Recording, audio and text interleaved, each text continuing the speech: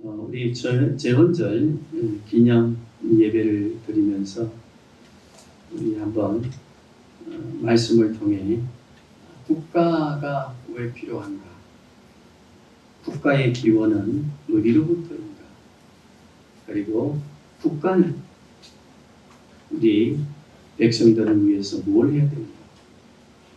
우리 그리스도인들은 국가와 또 백성들을 위해서, 위정자들을 위해서, 권세자들을 위해서 뭘 해야 되는가 하는 것을 한번 살펴보려고 합니다.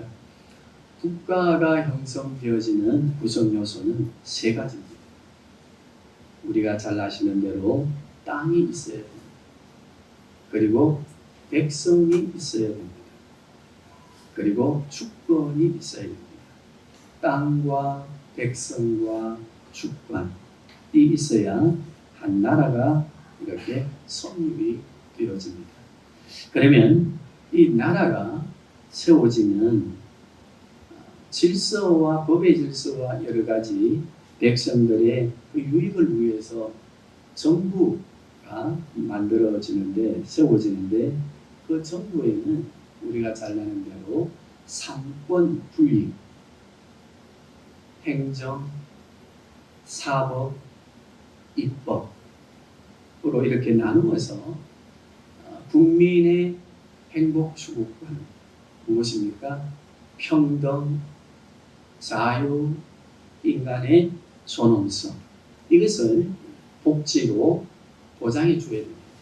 그래서 우리 이제 평등과 자유와 존엄성에 대하여, 또 복지에 대하여, 우리 인권 존엄성에 대한 것들을 보장해 주어야 되는 이 국가의 또 정부 그리고 삼권 분립을 우리가 이해해 보면서 오늘 하나님께서는 나라를 세우실 때 어떻게 세우시는가, 우리 사도행전 17장 25절에서 26절의 말씀을 한번 보시겠습니다. 합독해 봅니다. 시작.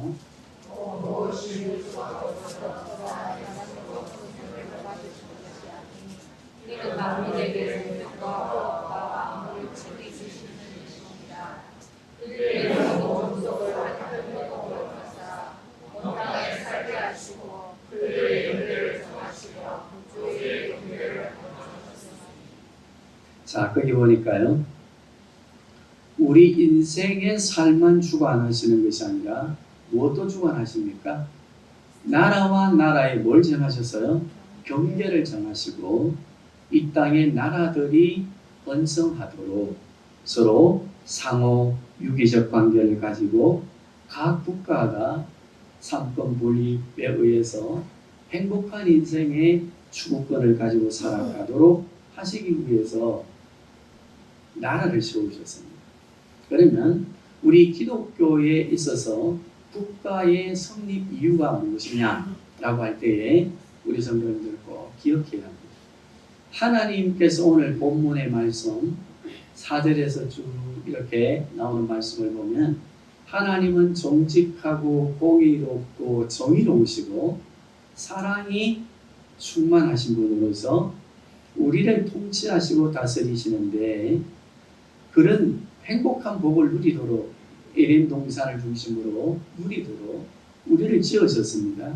그런데 우리 인간이 범죄함으로 말미암아 우리에게 무엇이 왔습니까? 범죄함의 대가를 통하여 갈등, 불행, 근심, 걱정, 환난, 범죄, 사건, 지금 일어나고 있는 총체적 인간의 실존적 고통들이 주어져 있으니까 이걸 이대로 내버려 두어서는 인간이 고통스럽게 살 수밖에 없고, 힘이 강한 자는 폭행하고 폭력을 일삼으면서 인권을 착취하고 할 수밖에 없으니까 창세기 4장에 나와 있는 그 가인성의 권세자들의 그리고 힘을 가진 자들의 폭력적 상황을 우리는 창세기 4장을 보면 잘 나와 있습니다. 그러니까 하나님께서는 질서와 하나님의 공의로움과 정의로움으로 사랑으로 우리를 돌봐주시기 위해서 뭘 범했지만 범죄하고 하나님의 법을 떠났지만 우리를 불쌍히 여기시고 인류의 사람들을 불쌍히 여기시고 이 거민들을 불쌍히 여기시고 국가를 세우시고 정부의 권세자들을 세우셔서 좀 더 질서 속에서 행복을 추구하는 삶을 살아갈 수 있도록 무엇을 세우셨어요? 국가와 정부, 위정자들을 세우셨음을 우리에게 말씀해 주신 게 사도행전 우리 본문 함께 낭독했습니다.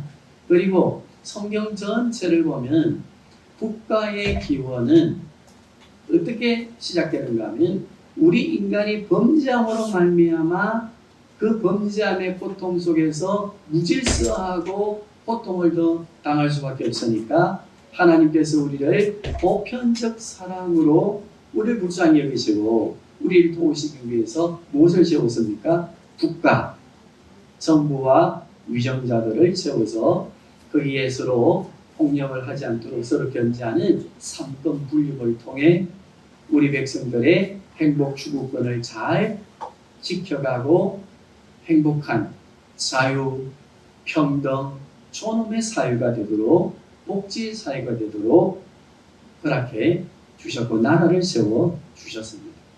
그런데 지금 우리 형편을 살펴보시면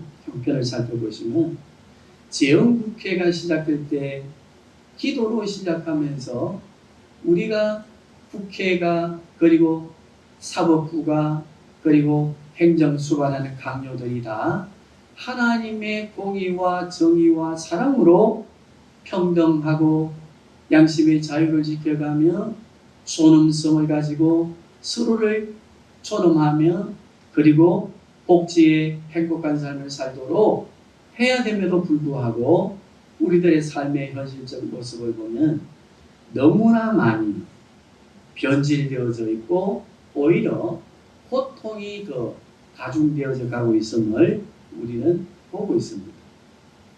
우리가 이해하지 못한 사건과 범죄들이 일어나고 있고 또 처참하게 인권이 짓밟혀지고 평등권을 상실하고 차등화되고 갑질의 문화가 형성되고 그리고 인간의 존엄성은 너무나 존엄하다고 하지만 짓밟혀져 있는 이러한 모습들 인간의 존엄성과 행복 추구를 이야기하면서 그 존엄성의 추구를 요청하는 사람들의 모습을 보면은 하나님의 법을 떠나고 우리에게 더 하나님께서 징계할 수밖에 없는 것들을 요구하면서 평등과 존엄성과 자유를 주장하고 있는 오늘의 모습 또한 우리는 보게 됩니다.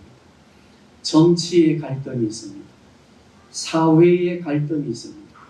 경제계에도 갈등이 있습니다. 빈부의 격차 그리고 문화와 우리의 총체적인 우리의 삶의 구조 안에 고통들이 더 가중되어져 가고 있는 현실을 우리가 보면서 왜 이러한 하나님께서 권세를 위임하시고 통치하면서 국가가 백성들을 행복하게 다스리도록 하셨음에도 불구하고 우리의 현실적 삶에는 이런 고통의 일들이 다반사 일어나고 있는가? 거기에는요 우리가 세계관을 한번 생각해 봐야 됩니다. 세계관과 가치관. 세계관이라고 하는 게 무엇인가 하면 세계관은 이 우리가 살아가는 삶의 인생 여정과 사물을 살필 수 있는, 볼 수 있는 창문과 같고 또 설명해 드려보면 우리가 쓰고 있는 안경과 같습니다. 우리의 신체에 밀착되어 있는 제가 쓰고 있는 안경과 같은데 이 안경이 파란 색깔이면 알이 파란 색깔이면 세상이 어떻게 보일까요? 다 파랗게 보이고, 노란 안경을 쓰면 어떻게 보이지요? 그렇습니다. 거기에 세계관이라고 하는 것은 각자가 사물과 인생에 관하여 들여다볼 수 있는 창인데, 그 창을 통해서 인생을 들여다보는 데 있어서의 무엇과 같은가 하면 안경과 같은 것이 세계관입니다. 그러면 오늘 이 우리 사회가 하나님의 통치적 위임이 되어져 있는 정부의 강요들과 권세자들이 왜 평화롭게 이 땅을 지배하지 못하고 우리에게 고통스러운 것들이 연속되어질 수밖에 없는가? 거기에는 저마다 쓰고 있는 무엇이 있다고요? 세계관적 안경을 가지고 이 사회를 보고 경제를 보고 정치를 보고 우리 인간의 존엄성의 문제를 바라보기 때문에 세계관적인 것과 가치관에 의한 저마다의 갈등들이 생겨나고 있음을 우리는 기억해야 됩니다. 그래서 지금 마지막 시대가 되어지면 우리의 영적 싸움이라고 하는 것은 무슨 싸움인가 하면 세계관과 가치관의 싸움입니다.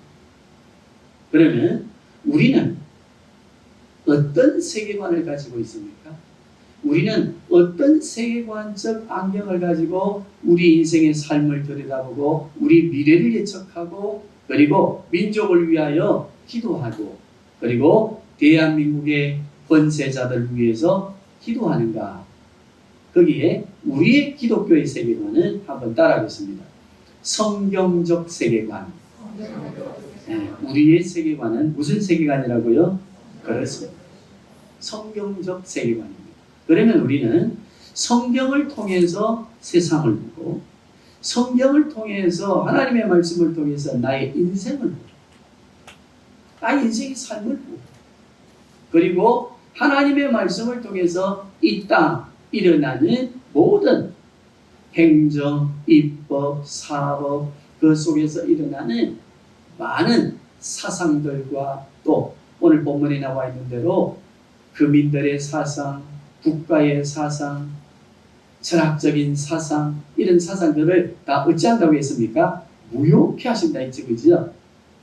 그는 하나님의 말씀을 통해서 우리는 우리의 이 시대와 그리고 우리 자신의 삶의 미래와 우리 한국교회의 미래, 열방교회의 미래를 볼 수 있는 성경적 세계관을, 가치관을 가져야 합니다. 그러면 성경적 세계관을 가질 때 오늘 우리는 무엇을 주체로 이해해야 되는가 하면요. 오늘 본문의 말씀 우리 8절을 한번 보시겠습니다. 시작.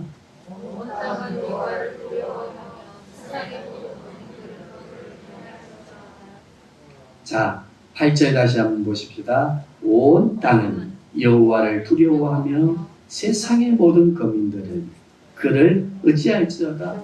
그렇습니다. 우리 기독교의 세계관에 있어서 가장 중요한 것은요, 하나님을 두려워해야 됩니다. 하나님을 두려워한다고 하는 것은 어떤 하나님의 그 전능하심 속에 압박감을 받아 아니면은 의감을 받는 걸 말하지 않습니다.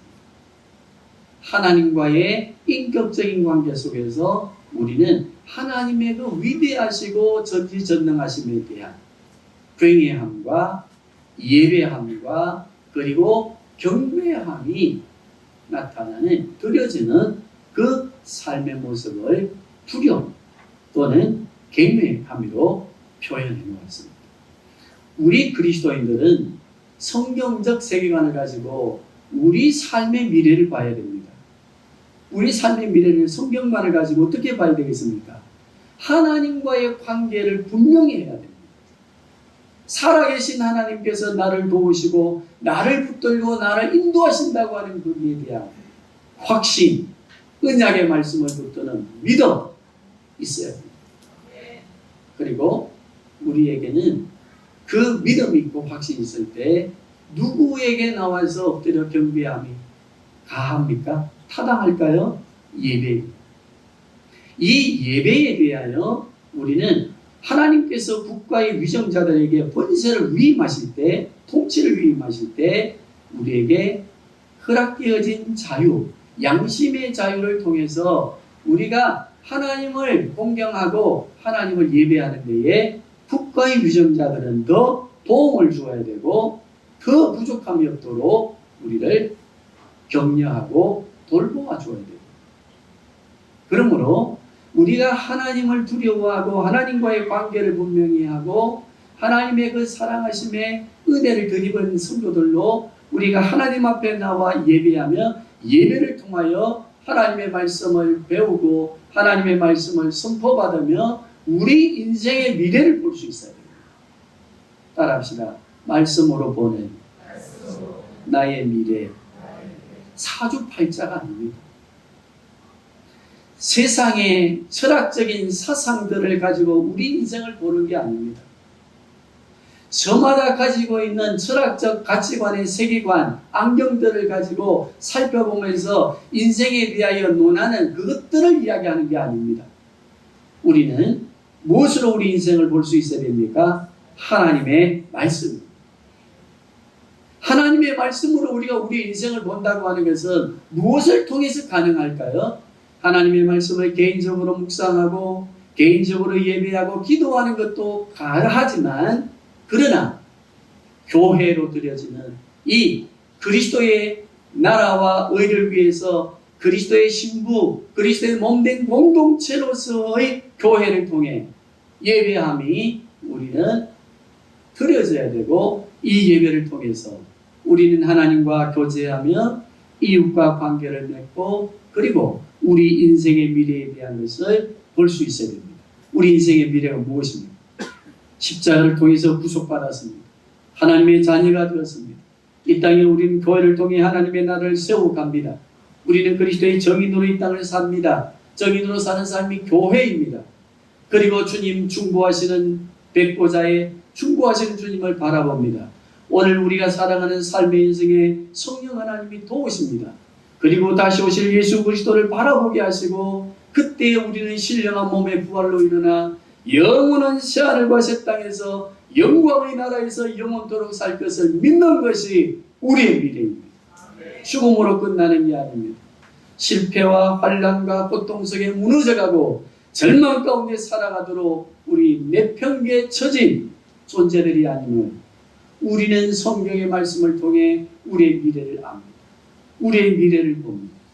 과거에도 현재에도 미래에도 창조하신 창조주 하나님께서 우리를 붙드시고 창조하신 하나님을 예배로 만나고 말씀을 통해 만나고 기도를 통해 만나고 전도를 통해 만나고 그리고 구제하며 만나게 될 때에 우리에게 하나님을 경외하는 마음과 마음의 기쁨과 평강, 감사의 마음을 주시고 하나님의 백성, 하나님의 기업들로 살아가도록 우리에게 은혜 베푸신 우리의 미래를 볼 수 있어야 됩니다. 우리의 삶에 공고함이 많습니다. 코로나로 인해서 당장 돌아오는 카드를 막고야 되고 장사가 되지 않아 월세를 밀린 것이 이제 법적인 한계선을 넘는 선을 넘어가고 우리에게 주어진 온통 고통스럽고 캄캄한 어둠의 환경들이 주어진다 하여도 우리는 하나님의 말씀을 붙들고 우리의 미래를 볼 수 있어야 됩니다. 빛 대신 예수 그리스도께서 어둠에 처한 우리를 고난과 고통 속에 처한 우리를 빛 대신 그리스도께서 성령 하나님을 통해 우리를 의의 길로 자기 이름 영광을 위해서 우리를 지키시고 보호하실 것을 믿어야 합니다. 그리고 우리는 우리에게 주어진 은사적 재능들을 통해서 우리가 할 수 있는 일을 위해 기도하고 엎드려 기도하고 부러지는 우리의 삶이 있어야 될 줄로 믿습니다.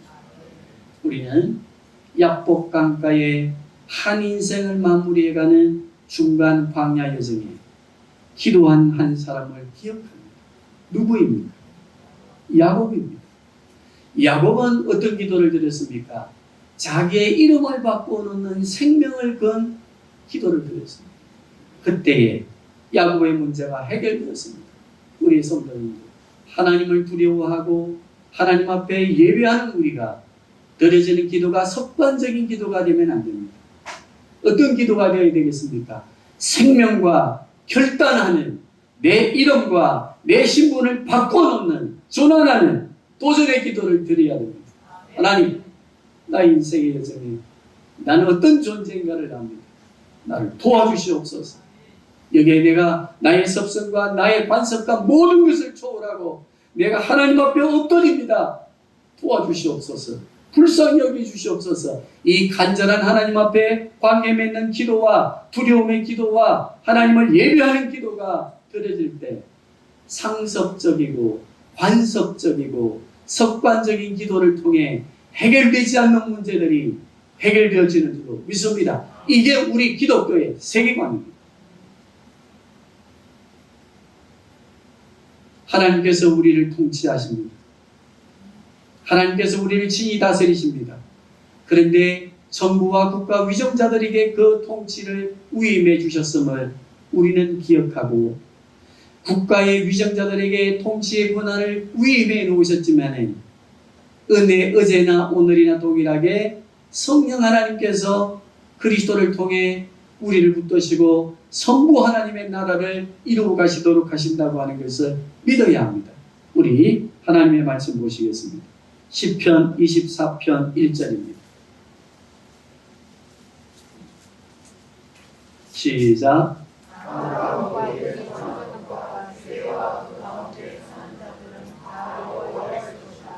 자, 그 다음에요. 시편 103편 19절입니다. 시작. 여호와께서 그의 보좌를 하늘에 세우시고 그의 왕권으로 만유를 다스리시는 만유를 다스리는 그 속에 누가 들어있습니까? 우리 자신이 들어있습니다. 보좌 편에서 통치하시는 성부와 성자와 성령 하나님이 국가에 위임되어져서 우리가 국가의 다스림을 받지만은 누가 근본적으로 붙들고 계십니까? 하나님의 자녀된 우리는 성부와 성자와 성령 하나님께서 붙들고 보좌로부터 통치하시는 그 만유를 다스리시는 권세로 우리를 붙들고 계심을 믿어야 합니다. 눈에 보이지 아니하고 잡히지 아니하고 느끼지 아니하고 감각적이지 못하니까 설마 그럴까? 성경의 말씀이 하나님의 말씀이 전설의 고향과 같이 서측하는 나의 지식과 서측하는 나의 생각과 서측하는 나의 느껴지는 순간의 감정이 되어서는 안 됩니다. 이 말씀은 하나님의 말씀입니다. 하나님의 말씀은 오늘도 어제나 오늘이나 동일하게 우리에게 적용되어져 오십니다. 우리 4절의 말씀, 본문 4절의 말씀 한번 보십시오. 시작. 여호와의 말씀은 이 말씀이 믿어져야 됩니다. 정직하고 신실하고 미쁘시고 약속한 것은 틀림없이 언약 가운데 이루어주시는 그 하나님은 어제나 오늘이나 동일하게 우리를 붙들어 역사하시고 성부와 성자와 성령 하나님이 보좌를 통해 통치하시는 그 통치하심은 영원토록 정당합니다. 4절의 말씀을 기억해야 합니다. 그러므로 우리는 이 말씀을 붙들고 살아가야 됩니다. 정부에 위임되어져 있는 권세 그리고 우리들의 행복 추구권을 추구하도록 권세를 위임해 주었지만 그러나 국가의 위정자들은 각기 가지고 있는 세계관적인 것들에 의해서 갈등하고 그 세계관을 통해서 자기들의 경제관, 문화관, 정치관 뭐 다 보기 때문에 우리 그리스도인들에게 통치에 대하여 여러 가지 압력도 있고 그리고 불편함도 주지만 주님께서는 우리를 붙들고 계십니다. 어떻게 계시는가 하면 계시록 1장 16절 보십시오. 요한계시록 1장 16절입니다. 시작.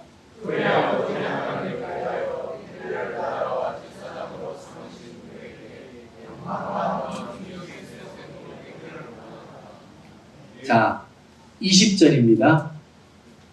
1장 20절 시작. 내가 곧 내 오른손에 일곱을 비비와 또 일곱 분수자 일곱을 일곱 개의 사자요 일곱 주에는 일곱 교회니라. 누가 붙들고 계신다고요?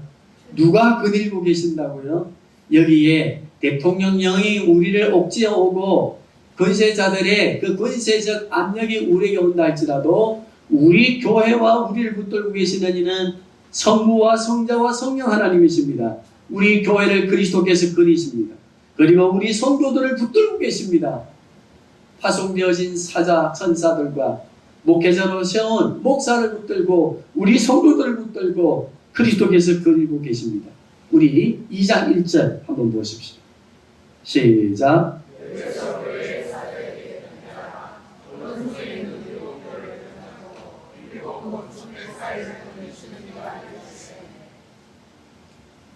일곱 별 일곱 금촉대 사이로 거느리시고 우리 교회를 붙드시고 성도를 붙드신 주님이 우리를 지키시고 우리 창원 성김의 교회를 향하여 말씀하십니다. 그러면서 교회는 성령이 창원 성김의 교회에 말씀하시는 음성을 들어야 한다 말씀해 주십니다. 이 말씀을 붙들고 우리가 살아갈 때 우리에게는 세상을 이기는 어떤 시련과 고통과 환난이 주어져도 이겨내는 능력이 생기게 되고 믿음으로 당당하게 맞서게 되는 줄로 믿습니다. 자, 그러면 우리는 이 본문의 말씀 설명은 다 할 수 없지만 한번 쭉 읽어보시는데요. 4절에서 다시 14절까지 한번 합독해 보십니다. 시작. 여호와의 말씀은 정직하며 그가 행하시는 일은 다 진실하시로다. 그는 공의와 정의를 사랑하시며 세상에는 여호와의 인자하심이 충만하도다. 요한계시록과 연결해 보십시오. 충만하게 우리를 붙들고 계십니다. 여호와의 말씀으로 하늘이 지음되었으며 그 만상을 그의 입기운으로 이루었도다. 여기 보면은요, 만상, 이게 또 그 군대들로 표현되지만은 여기에 만상은 우주 만물, 하늘의 별과 달을 의미합니다. 그러므로 우주 만물을 말씀으로 지으신 것 전능하신 하나님께서 우리를 붙들고 계신다고 하는 기독교적 세계관을 가져야 된다. 7절 보시겠습니다. 그가 바닷물을 모아 무더기같이 쌓으시며 깊은 물을 곳간에 두시는가. 육지와 못을 갈라놓으시고 우리의 삶의 여정에 바다와 육지의 경계를 정하시고 우리를 지키시는 하나님. 우리는 이렇게 생각합니다. 만유인력의 법칙, 어떤 그 법칙에 의해서 바다가 육지를 범람하지 못하고 서로 경계선을 유지하며 살아가는 어떤 법칙이 있겠지. 과학적 어떤 법칙이 있겠지 생각하지만요. 오늘 우리 기독교적 세계관은 무엇입니까? 하나님께서 하고 계십니다. 어찌하신다고요? 바다가 육지를, 그리고 큰 동물이 우리 인생을, 그리고 공고한 환란이 우리를 덮쳐오지 못하도록 우리를 지키시고 보호하신다. 8절입니다. 시작. 온 땅은 여호와를 두려워하며 세상의 모든 거민들은 그를 경외할지어다. 9절입니다. 그가 말씀하심에 이루어졌으며 하심에 경고히 섰도다. 민족들의 사상을 무효하게 하시도다. 여호와의 계획은 영원히 서고 그의 생각은 대대에 이르리로다. 잠깐만요. 여기에 우리를 위로해 주십니다. 우리는 전도서와 잠언의 말씀을 기억합니다. 사람이 그 일을 계획할지라도 그 걸음을 이루시는 인도하시는 이는 하나님이십니다. 믿습니까? 그런데 우리의 왜 불안과 염려가 생기는 줄 아십니까? 왜 갈등과 우리의 조급함이 생기는 줄 아십니까? 내가 계획한 것을 내가 이루려고 생각하는 자기 중심적 자기 합리화 때문에 그렇습니다. 그때는 자기가 스스로 존재하는 신적인 자가 됩니다.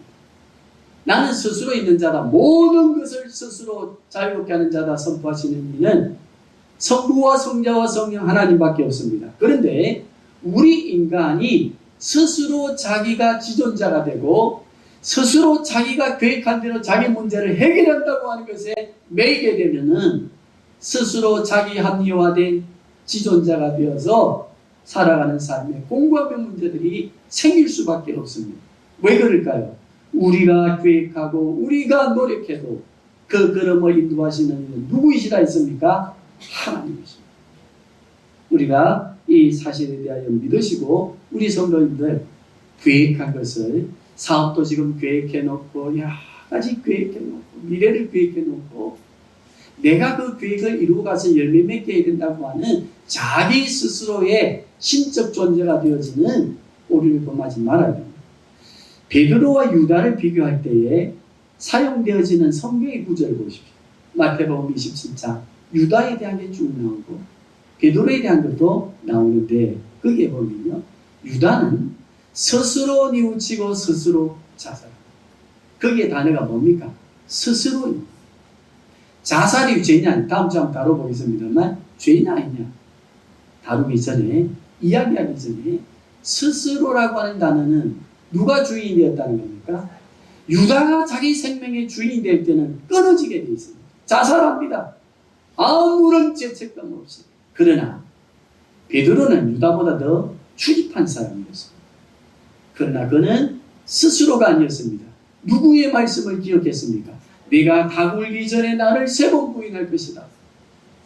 그 말씀이 기억나.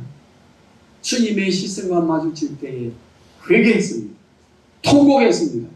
돌아섰습니다. 우리의 인생에 스스로 된 우리 자신이 되면 안 됩니다. 우리의 모든 계획은 하나님께 맡기고 걸음을 인도하신 이도 하나님이십니다. 나는 물을 주고 그리고 씨앗을 뿌리지만 열매 맺게 하시는 이는 성령이시다. 고백한 우리가 되어야 될 줄로 믿습니다. 12절입니다. 시작.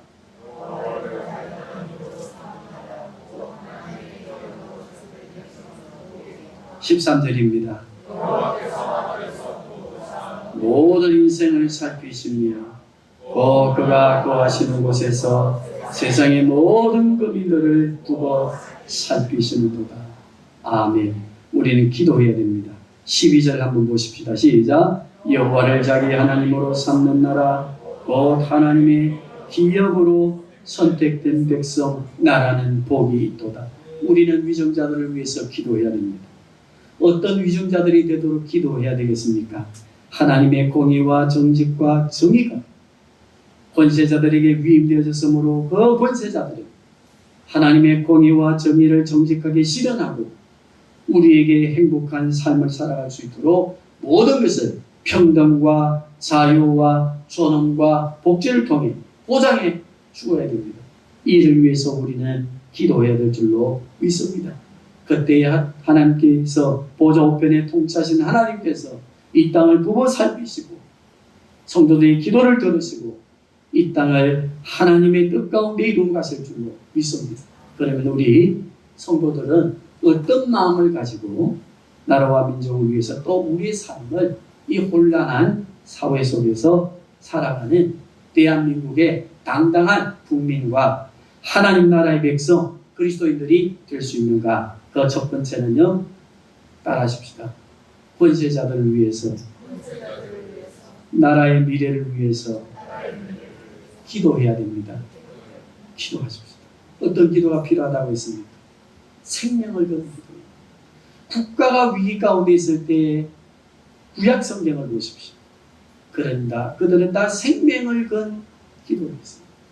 그때 하나님은 용서하시고 도와주셨고 그리고 그들을 붙들어 주셨습니다.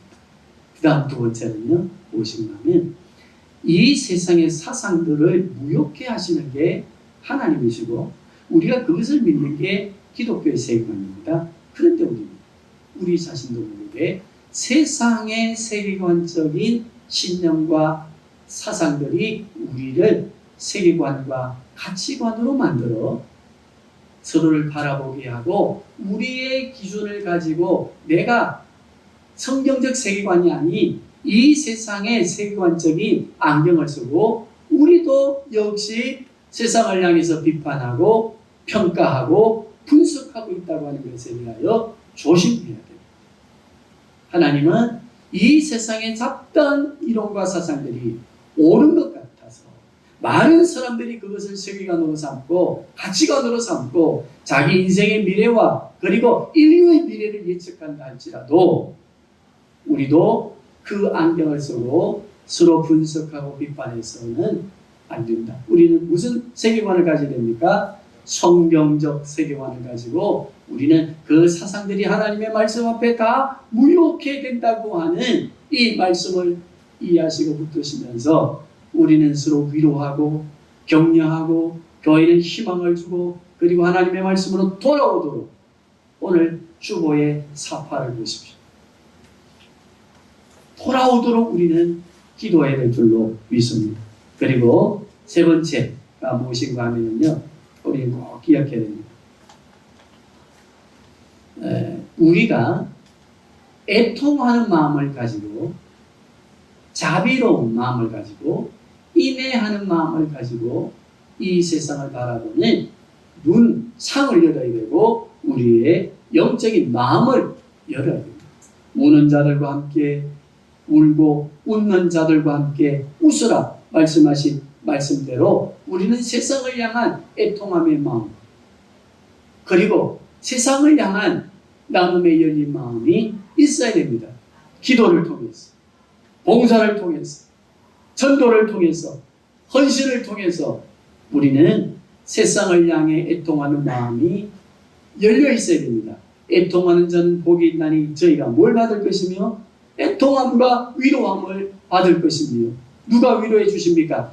애통하는 마음을 가지고 세상을 위로하면 세상도 우리를 위로해 주지만 하나님께서 우리를 위로하시고 우리의 삶을 도우실 줄로 믿습니다. 그리고 우리에게 주어진 삶의 여정에 우리 성도님들 너무 계획을 세우지 마십시오. 계획대로 너무 내가 이루려고 한다면 뭐가 온다겠습니까? 불안과 고통과 염려와 근심이 온다고 했지, 그지요? 정서적인 문제가 온다고 했지, 그지요? 그러면 우리는 기독교적 세계관을 가지고 그리스도인으로서 이 혼란하고 복잡한 세상을 환난과 고통이 범람하는 이 세상을 어떻게 살 것인가 한번 따라하겠습니다. 열심히 주어진 대로 살다 보면 하나님께서 우리를 향하신 뜻을 알게 됩니다. 여기에 우리는 동의해야 됩니다. 우리의 계획대로 나를 맞추고 살지 마십시오.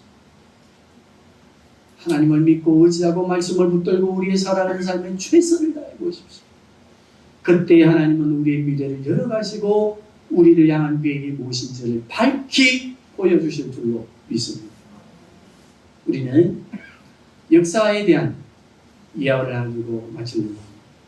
AD 249년에서 262년까지 무슨 뱅인지는 모르지만 흑사뱅이라고도 하고 전염병이 돌아서 로마에 하루에 5,000명씩 로마시 사람들이 죽어갔습니다. 49년에서 62년이면 몇 년입니까? 10년이 넘는 시간. 그러다 보니까 지구촌에 5분의 1이 그 전염병에 걸려서 다 죽었습니다. 그때에 우리 그리스도인들은 어떻게 했는가? 역사적 사실입니다. 우리 그리스도인들은 자기의 생명을 돌보지 아니하고 전염병 환자들을 돌보았습니다. 그리고 다 한 곳에 뿌려놓거나 모아놓거나 죽으면은 그 균에 무서워서 접근하지 못하는 그 시대적 상황 속에 우리는 한번 생각해 보십시오. 그러나 그리스도인들은 팔을 들었습니다. 기도했습니다. 그들의 시신을 묻어주고 안장하고 그 가족들을 위로했습니다. 그 현장에 서 있는 그리스도인들에게 100년이 지난 뒤에 놀랍게도 로마가 무엇이 되었습니까? 기독교 국가가 되었습니다. 그리고 기독교 국가가 되어지는 그 100년간에 많은 그리스도인들을 칭송하는 이야기들이 나오는 한 대목에 무엇이 있는가 하면 그 전염병을 통해서 로마 시내에 5,000명씩 죽어나가는 것도 충격이었고 10년이 넘는 기간 동안 5분의 1의 지구촌의 사람들이 죽어나간 그 충격을 받으면서 뭐라고 표현했는가 하면 그 충격보다 자기의 생명을 돌보지 아니하고 죽어가는 전염병 환자들을 돌보는 그리스도인들에게 더 충격을 받았다. 역사는 기록하고 있습니다. 오늘 우리는 어떻습니까? 하나님의 통치와 다스림 속에 하나님의 우리의 생명의 기운이 되고 주권자가 되심을 믿고 선포하는 기독교적 세계관을 선포하는 우리 교회, 오늘 우리들의 모습을 볼 수 있어야 합니다. 그러한 칭송이 들려질 때에 이 율리아누스라고 하는 로마의 황제는 뭐라고 말했는가 하면, 로마의 위정자들과 철학자들과 그 시대의 지식인들을 향해서, 부호들을 향해서 외쳤습니다. 너희들은 저 갈릴리 촌놈들에게서 배워라. 갈릴리가 어떤 곳입니까? 빈민촌입니다. 가난한 동네입니다. 거기에서 예수님 활동하시고 12제자를 부르셨습니다. 그러니까 로마가 바라볼 때의 갈릴리는 저 완전 막 쓰레기를 뒤지고 사는 사람들로 취급했는 그들을 향해 황제가 뭐라고 했다고요? 로마요. 저 갈릴리 촌놈들에게서 뭘 배워야 되겠습니까? 오늘 우리는 이 시대의 우리 교회는 세상 사람들에게 칭송을 받아야 되는데 어떤 칭송을 받아야 되겠습니까? 아이고 말 잘 들어 라고 하는 칭송도 들어야 되겠지만 세상을 향해서 충격을 주는 그리스도인들이 되고 그 충격의 칭송들을 통해서 세상을 바꾸는 새로운 기회를 삼는 교회가 되어야 될 줄로 믿습니다. 5,000명씩 죽어가는 그 시신들을 안고 그들의 전염병을 두려워하지 않은 그들을 말하기를, 전염병이 와서 죽어나가는 그것도 충격이지만 그러나 더 큰 충격은 그들을 안고 그들을 시신을 매장하며 그 유족들을 위로하는 그리스도인들이 더 충격적이었다. 로마는 바뀌었습니다. 기독교 국가가 되었습니다. 그리스도인들을 박해하는 그들이 그 나라가 바뀌었습니다. 그리스도인들은 그 전염병을 기회로 삼았습니다. 그리고 그리스도의 나라를 세워가는 데에 로마를 바꿔놓는 교도권을 삼았습니다. 오늘 우리 한국교회 위해서 우리는, 위정자들을 위해서 우리는 기도해야 됩니다. 우리 교회 미약합니다. 갈릴리와 같습니다. 나사렛에서 갈릴리에서 무슨 인물이 나겠느냐? 나다나엘에 우리는 고백을 듣습니다. 그러나 빌립은 말했습니다. 와서 보라. 그때 나다나엘은 그리스도를 만났습니다. 그때 나다나엘의 고백을 우리는 압니다. 그리고 나다나엘이 그리스도를 따랐음을 우리는 압니다. 우리 장원생님의 교회, 미약한 교회, 저기에서 무엇이 나겠는가? 저들의 교회가 무슨 기도의 능력을 이루겠는가? 큰 교회들은 말할 수 있습니다. 그러나 우리는 기도해야 됩니다. 기도하는 교회가 되어야 됩니다. 우리는 우리의 사고를 가지고 우리의 신념적인 안경을 가지고 서로 비판하고 분석하는 일을 거쳐야 합니다. 그리고 세상을 향해 애통하는 마음을 가지고 우리의 마음을 열어야 합니다. 형제를 향해 여십시오. 자녀와 부모를 향해 여십시오. 부부, 아내와 남편을 향해 여십시오. 그리고 나의 아까 생각이라는 사람들을 향해 우리의 마음을 열어야 됩니다. 그리고 그들에게 충격을 주는 그리스도인이 되어야 됩니다.